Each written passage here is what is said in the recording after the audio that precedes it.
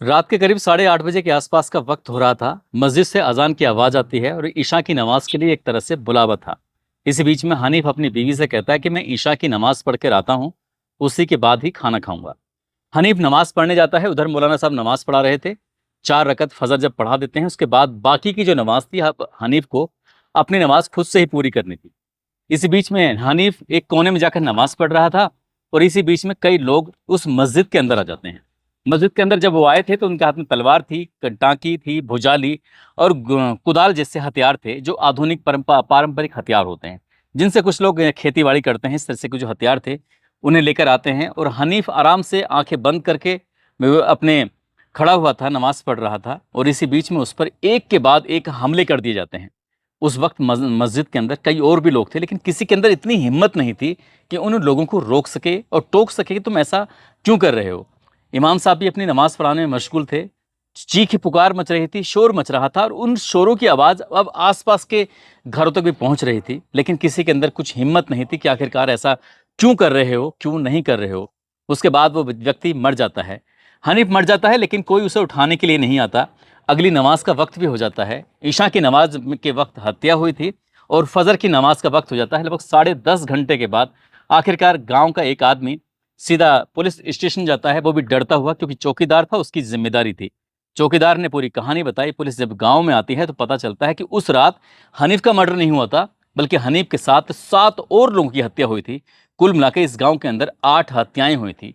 ये मामला supreme court से लेकर राष्ट्रपति तक पहुंच जाता है और इस घटनाक्रम की खूब चर्चाएं भी होती हैं। आज की इस कहानी के माध्यम से यही समझने की कोशिश करते हैं कि आखिरकार उस रात हुआ क्या था, क्यों इतनी सारी हत्याएं हुई थी।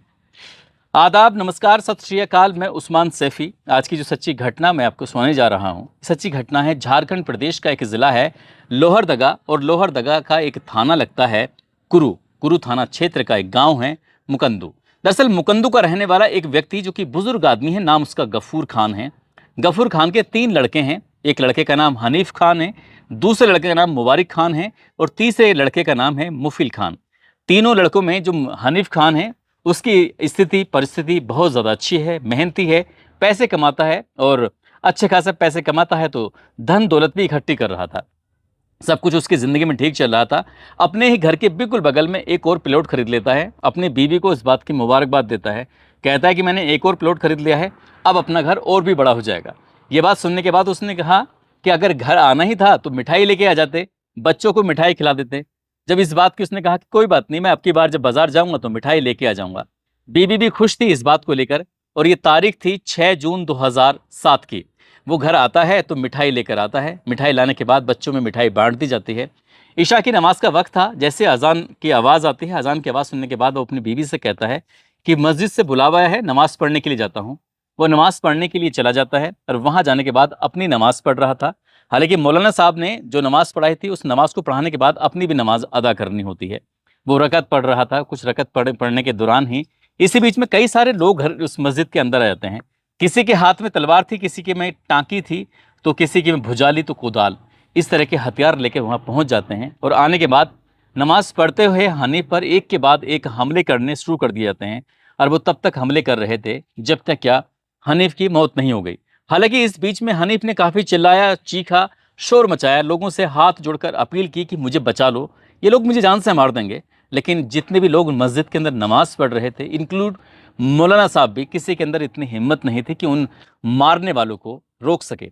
तभी नमाज पढ़ते हुए 1-2 लोग भाग के जाते हैं, सीधा उसके घर पहुंच जाते हैं। जाकर कहते हैं उसके बच्चों से कि देखो, तुम्हारे बाप की कुछ लोग हत्या कर रहे हैं, मार रहे हैं, जितनी जल्दी हो सके वहां पहुंचो। अब ये सूचना उसके बेटों के पास पहुंच जाती है। एक बेटे का नाम गुफरान उर्फ पाला होता है, जिसकी उम्र लगभग 18 साल के आसपास होती है। एक बेटे का नाम इमरान खान होता है, जिसकी उम्र 16 साल के आसपास होती है। जैसे ही गुफरान और इमरान को ये सूचना मिलती है, गुफरान और इमरान इन चीखों की आवाज़ों के द्वारा ही मस्जिद की तरफ बढ़ रहे थे। उधर वो अपना काम कर रहे थे। उन्होंने जैसे ही हनीफ की हत्या कर देते हैं, हनीफ की हत्या करने के बाद अपने अपने हथियारों के साथ बाहर निकल रहे थे। और जैसे ही देखते हैं सामने कि इमरान भी खड़ा हुआ है और गुफरान भी, दोनों भाई खड़े हुए हैं। बाप तो मर चुका था, दोनों बेटे अब सामने थे। जैसे बाप पर हमला किया गया था, ठीक वैसे ही बेटों पर भी हमला कर दिया जाता है। आए थे बेटे अपने बाप को बचाने के लिए, लेकिन खुद ही उन हत्यारों का शिकार हो जाते हैं जिनके हाथों में हथियार थे। आखिरकार उन्हें भी तब तक मारा जाता है जब तक क्या वो मर नहीं जाते। इसके बाद वो मर जाते हैं। पब्लिक, कुछ लोग अपने दरवाजों से झांक कर देख रहे थे, तो कोई खिड़कियों से झांक कर देख रहा था, कोई छत से झांक कर देख रहा था। देख सब रहे थे अपनी आंखों से इस दृश्य को, लेकिन रोकने की किसी में हिम्मत नहीं हो रही थी। यहाँ से वो हथियारबंद लोग आगे बढ़ते हैं। आगे बढ़ने के बाद हनीफ के घर पे जाते हैं। हनीफ के घर का दरवाज़ा बंद कर दिया गया था, इसलिए क्योंकि वो जो हत्यारे थे, क्योंकि घर के अंदर घुस सकते हैं, आ सकते हैं। लेकिन उन्होंने एक जोर का धक्का मारा, और धक्का मारने के बाद उस दरवाजे को भी खोल देते हैं। और जैसे दरवाज़ा खोला जाता है तो यहाँ पर हनीफ की जो बीवी थी वो उस दरवाजे पर लगकर खड़ी हुई थी, ताकि वो अपनी भी और अपने बच्चों की भी हिफाजत कर सके। लेकिन जो हथियारे थे वो मजबूत थे, टिकाऊ थे, उनके पास हथियार थे और वो ताकतवर थे। उन्होंने इस तरह से दरवाजे को धक्का मारा कि दरवाज़ा खुल जाता है। अब उस हनीफ की बीवी होती है कसुमन। दरअसल उसने रोकने की तमाम कोशिशें की, लेकिन वो रुकते नहीं हैं और वो कसुमन को तब तक मारते हैं जब तक कसुमन मर नहीं जाती। हनीफ खुद मर चुका है, 2 बेटे मर चुके हैं और उसकी बीबी भी मर चुकी है। लेकिन इसी बीच में बचाने की हिम्मत जुटाई थी उसके 15 साल के विकलांग लड़के ने, जिसकी उम्र लगभग 15 साल के आसपास होती है। वो भी दौड़कर आता है, जैसे दौड़ सकता था, जैसे चल सकता था, भाग सकता था, जहां से भी उसके अंदर ताकत आई। विकलांग था, लेकिन वो उनके पास पहुंचता है और अपनी मां को बचाने की तमाम कोशिशें कर रहा था, लेकिन उन हत्यारों ने उसको भी मार डाला। अब इसके बाद जो उनका 12 साल का बेटा होता है, अब तक जो टोटल मिला के हत्याएं हो चुकी थी, 5 लोगों की हत्याएं हो चुकी थी। 6वां बेटा होता है, 12 साल की उसकी उम्र होती है, नाम उसका मेहरबान होता है। मेहरबान भी अपने माँ को, अपने भाई को देख कर आता है, चीख रहा था, रो रहा था, हाथ पैर जोड़ रहा था, लेकिन उन पर कोई फर्क नहीं पड़ रहा था, उन पर कोई असर नहीं पड़ रहा था। जैसे बाप को मारा, जैसे माँ को मारा, वैसे ही मेहरबान, जिसकी उम्र 12 साल थी, उसको भी मार डालते हैं। अब इसके बाद दानिश खान, जो उनका 8 साल का बेटा होता है, दानिश खान भी अपने घर वालों को बचाने के लिए वहीं मौके पर आ गया था, लेकिन वो भी अपना ना तो खुद को बचा पाया, ना माँ को बचा पाया, ना ही अपने भाइयों को बचा पाया। अब सबसे छोटा वाला बच्चा था जिसकी उम्र 5 साल है, नाम उसका अनीस खान होता है, 8वां उसका नंबर था, वो भी वहीं पर था, लेकिन वो कुछ कहने की स्थिति में नहीं था। उसे पता ही नहीं था कि आखिरकार ये सब क्या चल रहा है। लेकिन चीख पुकार की आवाज़ सुनने के बाद वो जोर जोर से रो रहा था। हत्यारे बोले ये अकेला क्या करेगा, इसको भी मार डालते हैं। उन्होंने यानी कि उसको भी मार डाला और अब तक 8 हत्याएं हो चुकी थी। अब घर में एक एक कोने को देखा जा रहा था, तलाशा जा रहा था। घर का सबसे बड़ा वाला बेटा, जिसका नाम सैमुल होता है, सैमुल दिखाई नहीं दे रहा था। बार बार आवाज़ लगा रहे थे कि सैमुल तुम कहाँ हो, तुम भी बाहर निकल के आओ, लेकिन सैमुल वहाँ था ही नहीं। दरअसल थी तो वहाँ पर ज़ैनब खातून थी, जो कि हनीफ की माँ होती है। हनीफ की बूढ़ी माँ उन्हें रोक रही थी, गरिहा रही थी, गाली दे रही थी, रोकने की तमाम कोशिशें कर रही थी, लेकिन उन्होंने ज़ैनब खातून पर कोई हमला नहीं किया। उसी से पता चलता है कि जो सबसे बड़ा वाला बेटा है सैमुल, दरअसल वो अपनी बीवी के साथ अपनी ससुराल में गया हुआ है। अगर वो भी वहां पर होता तो शायद उसे भी वो मार डालते। ज़ैनब खातून ने जोर जोर से आवाज़ लगाना शुरू कर दिया। वो रात भर लोगों को आवाज़ लगाते रही। रात के 8:30-9 बजे की घटना थी। 10 बजे, 11 बजे, 12 बजे, 1 बजा, लेकिन उस ज़ैनब खातून की रोने की आवाज़ें सुनने के बाद भी, उसकी बार बार बुलाने के बावजूद भी किसी के अंदर पूरे गांव में इतनी हिम्मत नहीं थी कि आ जाते। और आने के बाद जो मर चुके थे, क्योंकि जितने भी थे सब, जिस पर भी हमला किया गया था, सबके सब मर चुके थे। उधर मस्जिद में हनीफ मर चुका था, घर में उसकी बीवी और 6 बच्चे टोटल मिला के उसके मर चुके थे। 2 बच्चे सड़क पर मर चुके थे, जो अपने बाप को बचाने के लिए स्टार्टिंग में आते हैं। आखिरकार ज़ैनब खातून बार बार रिक्वेस्ट कर रही थी, लेकिन इस रिक्वेस्ट का किसी पर असर नहीं पड़ रहा था। अगली सुबह हो जाती है। अगली सुबह होने के बाद अब यहीं से किसी ने खबर दी ज़ैनब खातून के शोहर को, जिसका नाम होता है गफूर खान। गफूर खान अगली सुबह में, वो क्योंकि दूसरी जगह पर गया हुआ था, वापस लौट कर आता है। अपने बेटे को मस्जिद में मरा हुआ देखता है, 2 पोतों को सड़क पर मरा हुआ देखता है, और बेटे की बहू को मरा हुआ देखता है, 4 और पोतों को घर के अंदर मरा हुआ देखता है। अपनी बीवी से आकर पूछता कि हुआ क्या था। तब वो पूरी कहानी बताती है कि वो फला लोग थे, वो घर में आए थे। बस ये सुनने के बाद अब उसकी हिम्मत नहीं पड़ रही थी कि आखिरकार मैं करूं तो क्या करूं, थाने जाऊं कि नहीं जाऊं। तभी गांव का चौकीदार आता है और हाथ जोड़ते हुए खड़ा कहता है कि साहब, मेरे लिए क्या आदेश है। तभी चौकीदार से कहा जाता है कि थाने तो चलना ही पड़ेगा, सूचना तो देनी ही पड़ेगी। गांव का कोई आदमी उन्हें उठाने के लिए नहीं आएगा, क्योंकि हमें 4 कंधों की भी अभी जरूरत पड़ेगी। इसके बाद 4 कंधों की जरूरत के लिए सीधे थाने पहुंच जाते हैं। और जैसे ही थाने पहुंचा जाता है तो थाने जाने के बाद ये कहानी बताई जाती है। एसएचओ शंभुनाथ सिंह के पास ये सूचना दी जाती है कि गांव के अंदर 8 कत्ल हो चुके हैं, मर्डर हो चुके हैं। इसके बाद एसएचओ शंभूनाथ ने एसपी सुबोध प्रसाद को ये सूचना दी कि गांव के अंदर 8 मर्डर हो चुके हैं। सब मैं फोर्स के साथ वहां मौके पर पहुंच रहा हूं।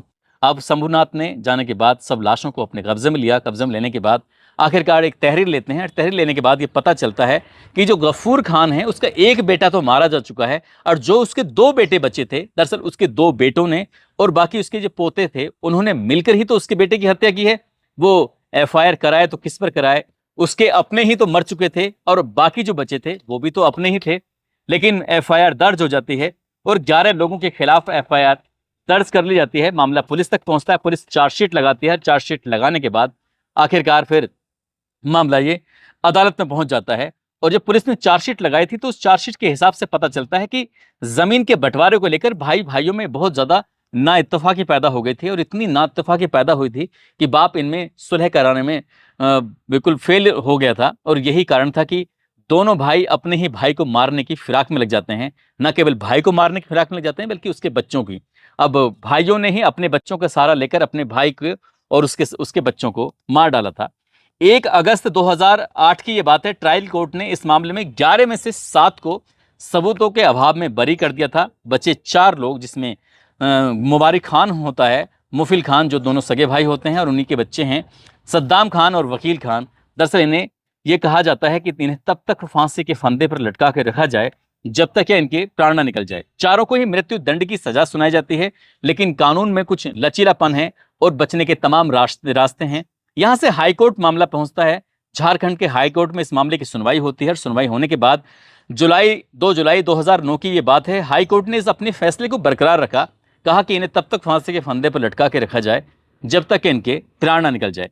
फिर अगली बार फिर सुप्रीम कोर्ट में अपील की जाती है। सुप्रीम कोर्ट में अपील करने के बाद 9 अक्टूबर 2014 को सद्दाम खान और वकील खान की सजा को तो आजीवन कारावास में बदल दिया जाता है, लेकिन मुबारिक खान और मुफिल खान जो होता है उनकी फांसी की सजा को बरकरार रखा जाता है। और वही जो पहली अदालत ने कहा था कि फांसी के फंदे पर तब तक लटका के रखा जाए जब तक कि इनके प्राण न निकल जाएं। लेकिन उनके पास और भी एक रास्ता था, और उन्होंने फिर राष्ट्रपति के यहाँ अपील कर दी।